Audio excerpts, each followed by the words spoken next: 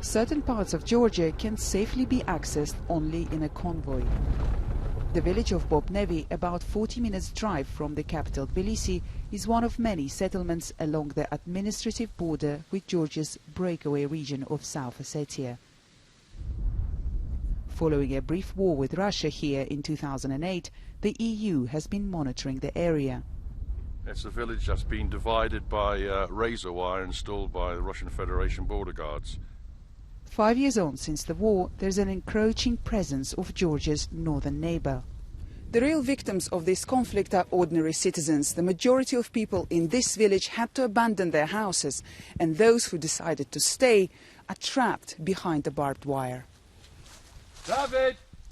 David! The only permanent resident now on the other side of the wire is an old man and his wife.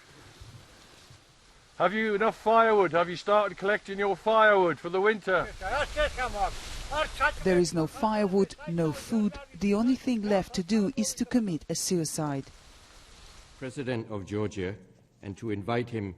At a recent UN General Council, Georgia's outgoing President Mikhail Saakashvili referred to Russia's activity in South Ossetia as annexation.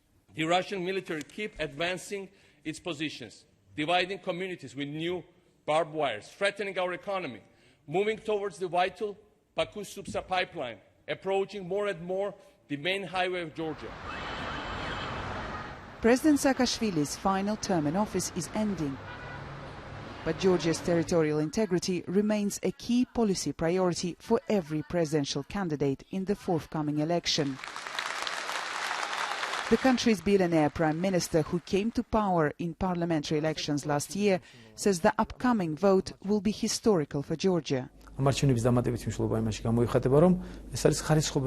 first time that the candidate from the ruling party is not using administrative resources to boost his campaign.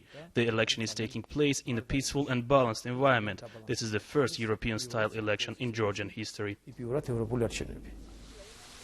David will not be able to vote in Sunday's election even if he wanted to. He is trapped behind the wire. But his lone existence is a reminder of what was lost under Saakashvili. Bringing this territory back may prove the hardest task for whoever ends up replacing him. Rayhan Demytrie, BBC News, Tbilisi.